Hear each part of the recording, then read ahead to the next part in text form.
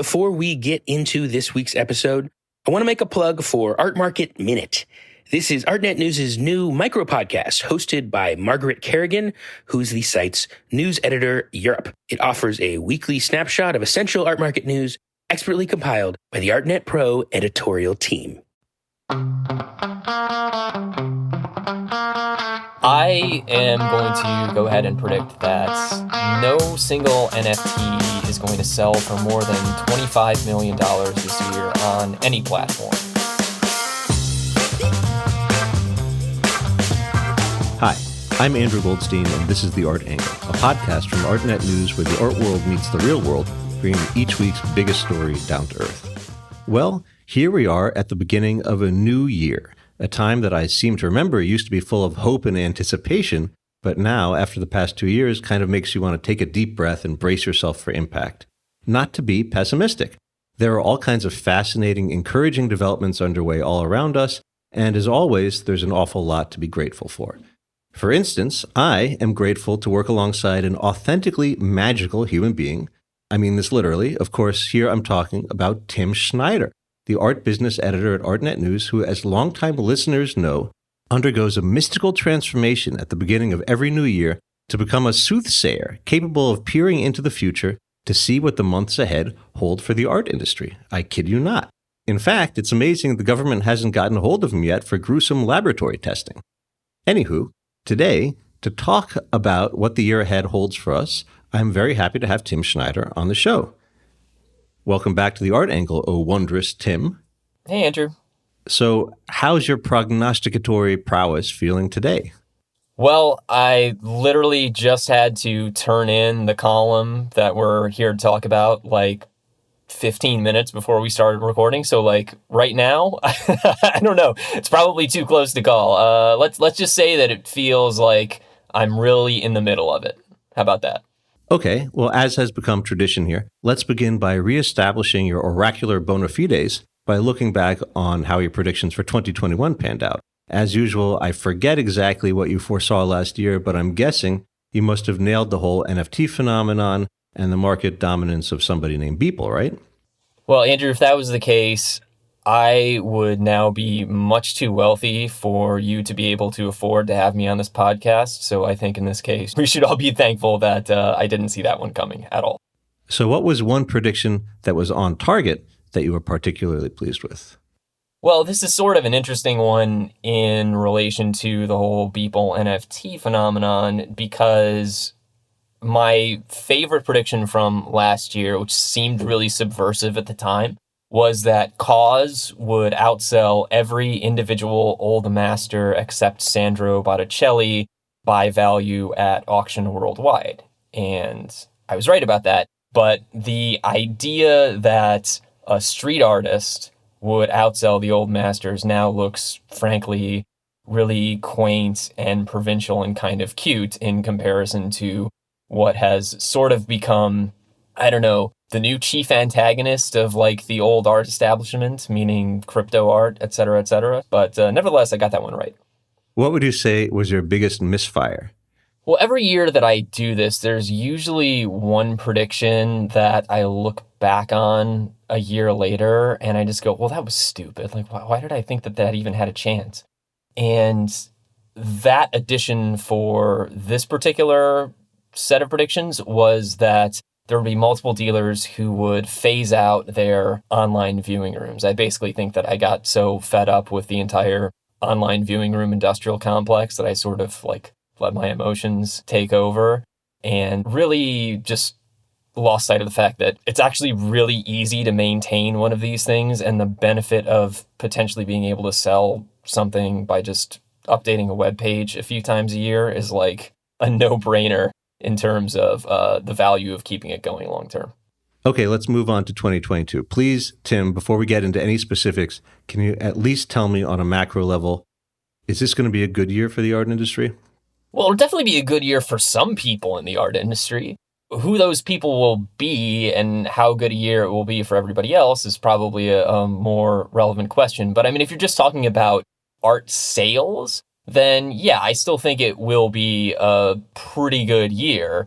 But there's a lot of dimension to that, obviously, that we can get into and dissect a little bit. All right. Lay it on me. What is prediction number 1? So let's just start with the prediction that is still, I think, front of mind for most people listening to this podcast, which is about the impact of COVID. So right now, I'm saying that every major art fair this year will still require attendees to wear masks and present proof of COVID vaccination or negative test or proof of sufficient antibodies.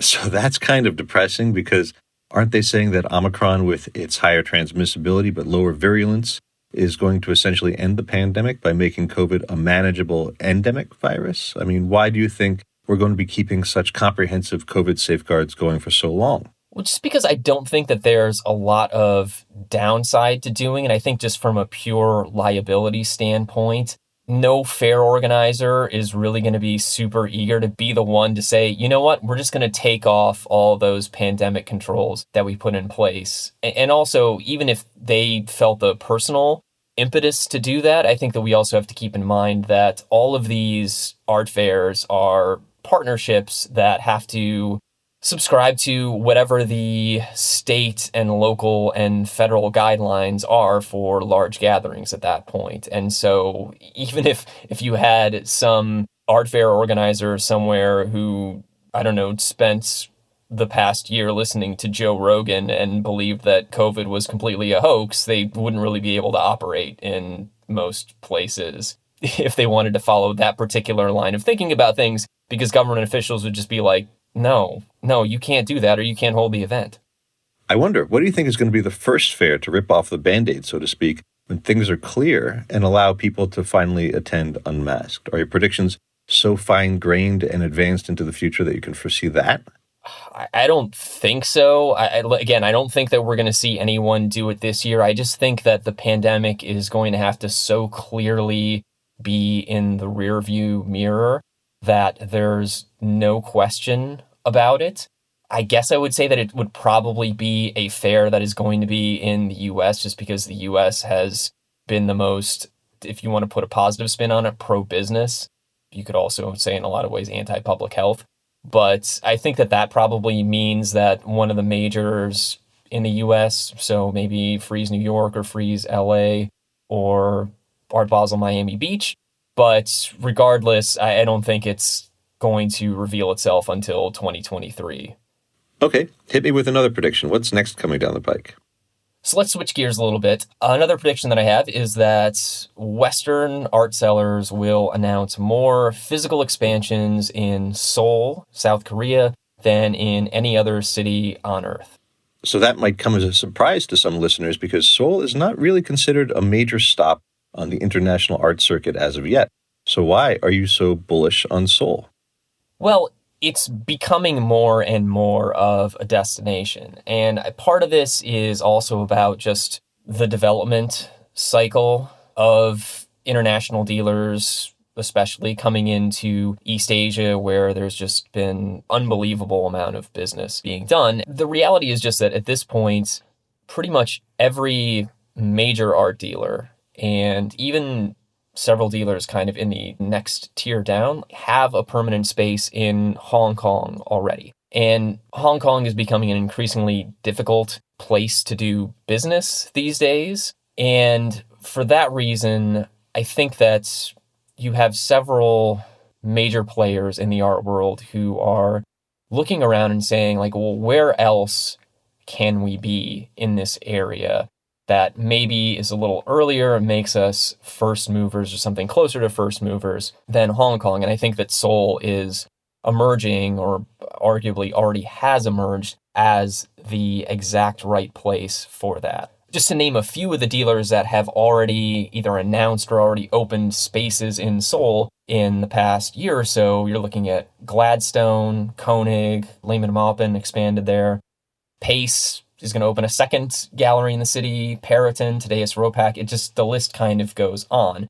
And that sounds like a lot, but it's not so many that there aren't plenty more who can still manage to pile in, especially once you are building off of the momentum of Freeze Seoul getting ready to debut there later on this year. Well, as somebody who always likes new art capitals to spring up in culinary wonderlands, this is great news to me. So do you have any predictions that maybe touch on perhaps the auction sphere?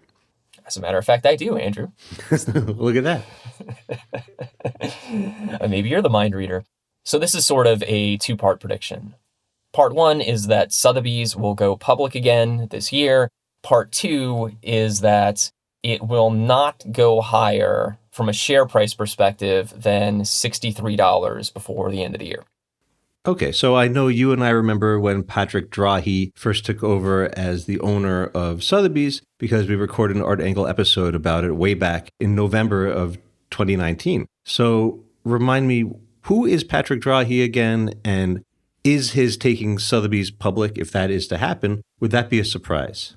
So Patrick Drahi is a billionaire telecom magnate who sort of emerged out of nowhere to make a bid for Sotheby's, again, as you said, back in 2019. And at that point, he was really kind of a mysterious figure to a lot of people in the art world. He wasn't really a well-established collector.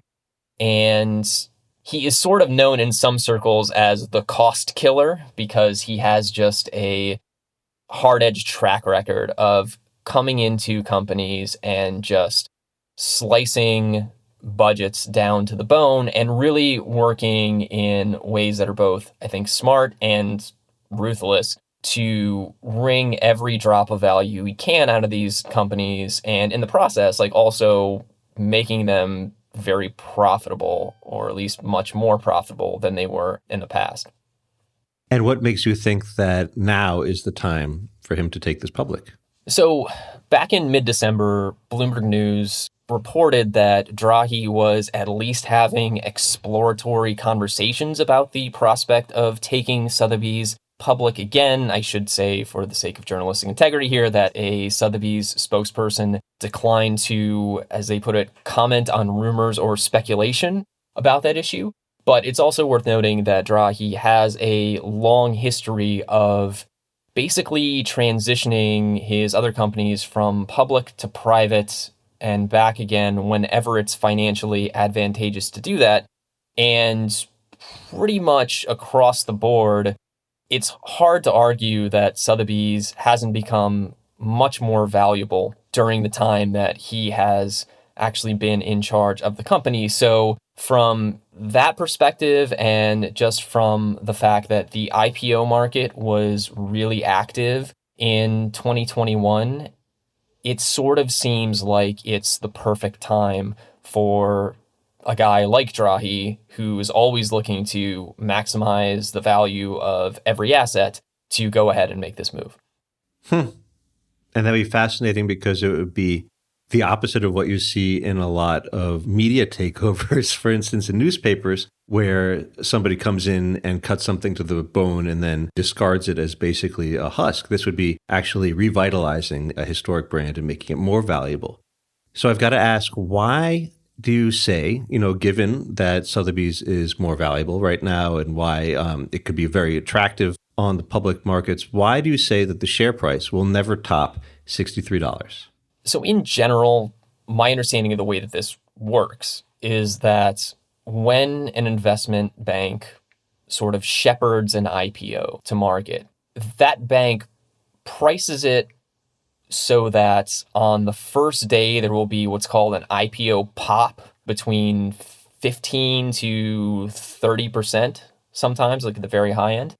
And so you're sort of pricing in the idea that this company is going to be available for less than what it's actually worth.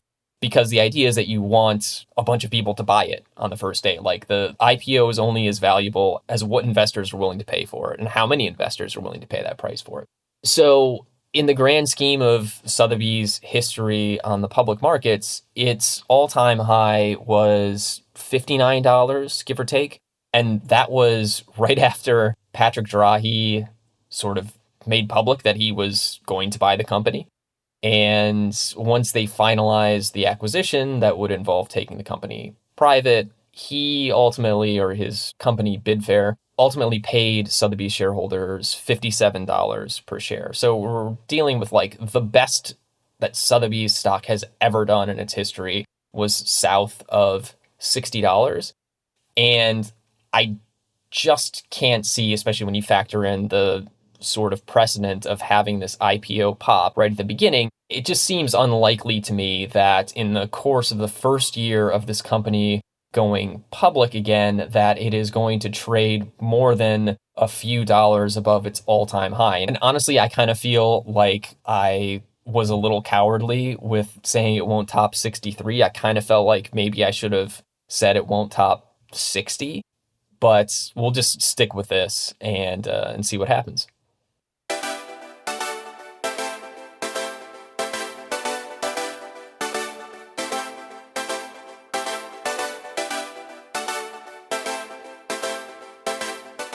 Give me another whiff of the old Delphic vapors. What is your next prediction?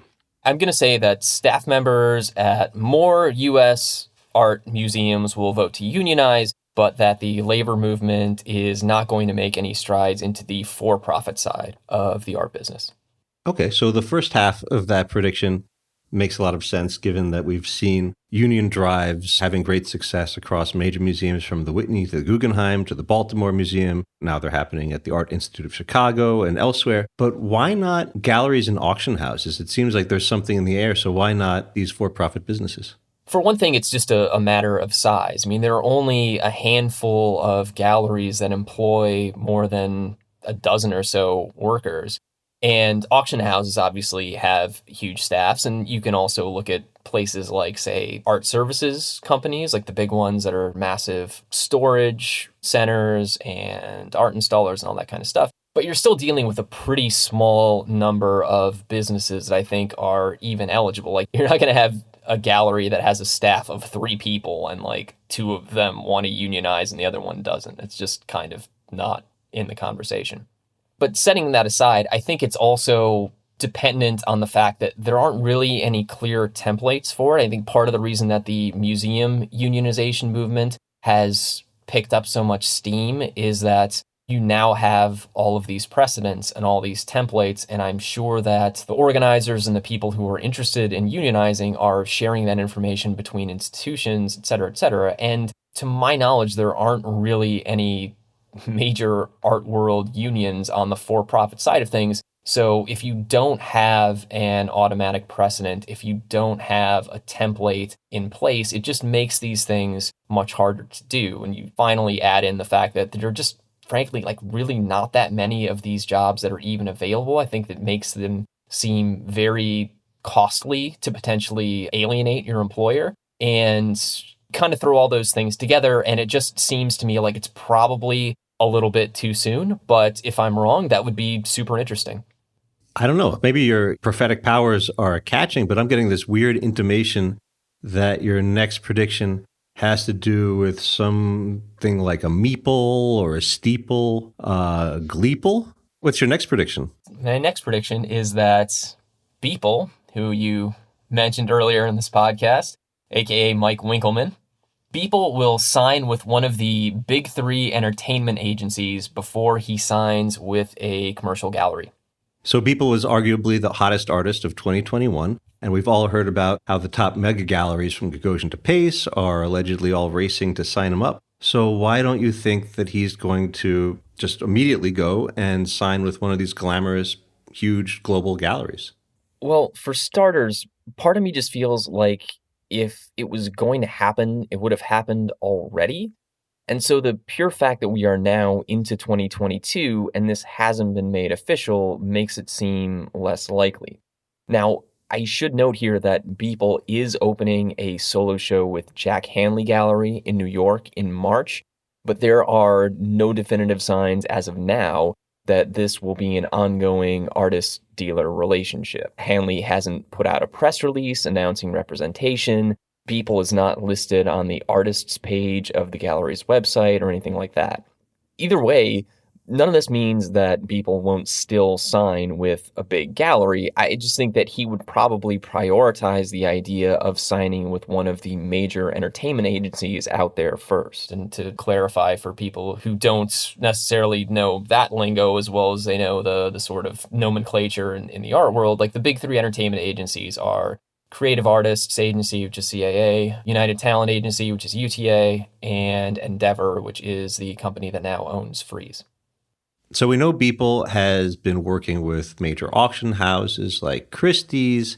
He's been seen at art fairs. He seems to have a certain curiosity about these traditional art businesses. So why do you think that he would go to something so far afield from, the traditional art world, like a movie studio or a talent agency? Well, I think that what we're seeing with these major NFT projects is that there is a way in which they are more interesting and more lucrative if you back up and just think about them as intellectual property that can be leveraged in other directions than of just looking at them as artworks in a very kind of old world way. The big precedent here is that Matt Hall and John Watkinson, who are the guys who co-founded Larva Labs, which is the company that created the CryptoPunks, arguably the best known NFT series in history at this point. Hall and Watkinson signed with UTA over the summer, and they specifically did it to try to, at least in terms of what UTA put in their press release, they did it to explore these ideas of licensing the artworks, the NFTs, the intellectual property for any number of different things like video games or TV series or movies. You could do like branded collaborations and all these kinds of other things that are not strictly speaking the art world, but that you have more and more artists who are interested in taking advantage of them. I mean, again, we have to remind ourselves here that UTA actually has a specific division called UTA Fine Art that is specifically for managing fine artists and helping them do these kinds of licensing deals and transmedia collaborations and all this other kind of stuff. So I think that personally, if I was Beeple, I would probably prioritize that side of things. And then I can just take my time with trying to create the best deal I can for myself at a traditional gallery if I really want to go that route. So just to prod this a little bit more, I can see very easily something like Larva Labs and their CryptoPunks property, or, the Bored Ape Yacht Club being very franchisable as, say, a animated series or even like a world, for animated films. But Beeple, his work is very in your face. It is a lot of disturbing imagery. A lot of this imagery actually is borrowed from legacy Hollywood studios like Pixar. So what kind of application do you think he would have in this kind of broader, more streaming entertainment world? Well, I think it's a mistake to think about the, let's say, non-mainstream friendly aspects of Beeple's work if you're trying to think about where this goes. The reality of the way that media has gone, I think, over the course of the past several years, certainly since Netflix and Amazon became arguably the most important movie studios and TV studios in the game, you really have the idea that extremely niche content can actually become very valuable. And so I think that you certainly have to be selective with what you do with Beeple's work. But I think that he has proven to be prolific enough and creative enough that there are opportunities to embrace this. For instance, he sold a piece directly through Christie's in November. It was his first ever sculpture called Human One, and it depicted this sort of life-sized astronaut embedded in this almost phone booth-like structure that was surrounded by these video screens that were going to constantly cycle a variety of different environments that you would see this astronaut figure walking through. And I don't know, he could take that in a very NSFW direction if he wanted to, but I think that he's smart enough and savvy enough, and frankly has gotten enough flack for some of the more problematic elements of his past work to be able to adjust and say, okay, there's something I can do with the body of work that I've created or the body of work that I will create that will play in these other sandboxes as well. So you're talking about something that's edgy, but also, has mass application, kind of like a Beeple and Butthead, right? I think that is a great example. Okay, so do you have any other crypto art predictions for 2022? As a matter of fact, I do. Speaking of Beeple and NFTs and big prices and all that kind of stuff, I am going to go ahead and predict that no single NFT is going to sell for more than $25 million this year on any platform. So whether we're talking about a traditional auction house like Christie's or Sotheby's, or an online NFT exchange like OpenSea or SuperRare. So that, my friend, seems to be the riskiest prediction of them all so far, because we were just talking about Beeple ad nauseum, whose Everyday's NFT compilation sold for $69.3 million last year. And then just last month, the artist Pac sold 266,445 shares of an NFT for $91.8 million on Nifty Gateway, which is a bigger result than Jeff Koons has ever achieved at auction. So since it seems like people enjoy spending unholy gobs of money on NFTs for notoriety's sake, if nothing else, why are you so sure of this prediction? Well, I'm not so sure of it. I think it's very likely that I could end up being wrong. I think that the actual version of this that I put in print ended with something like, never underestimate the wealth or marketing prowess or self-dealing capacity of big crypto.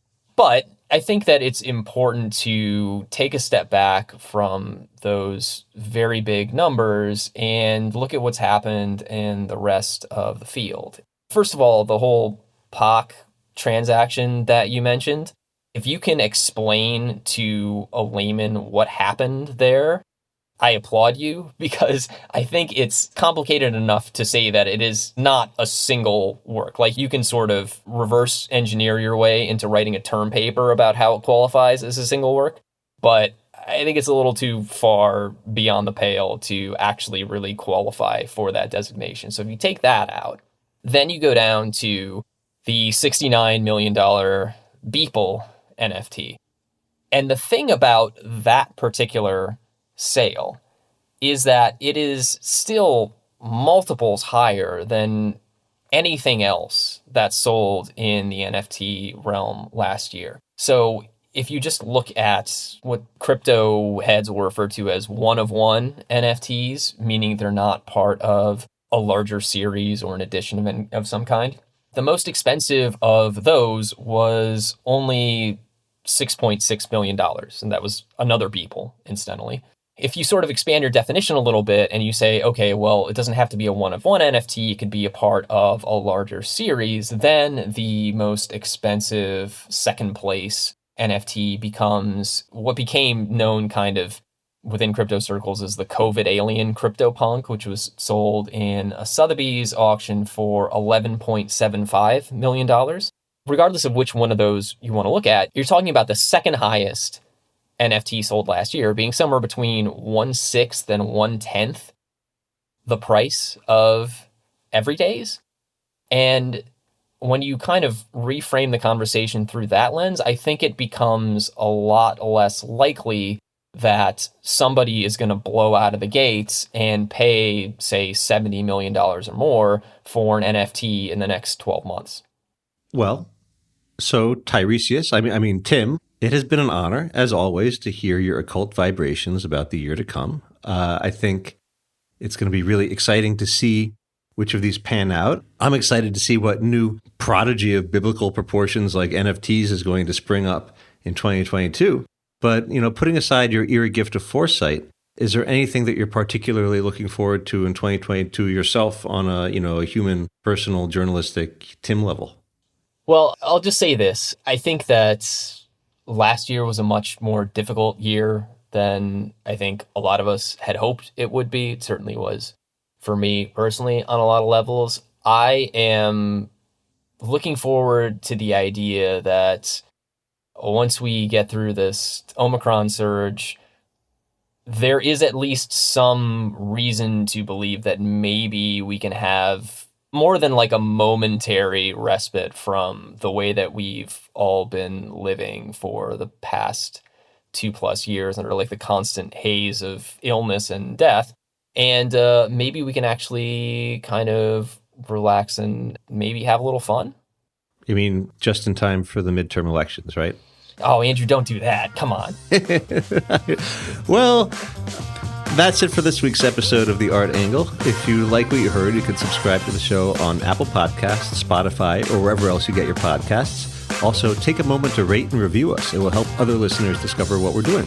The Art Angle is produced by Sonia Manley, Tim Schneider, and Caroline Goldstein. Thanks for listening, and see you next week.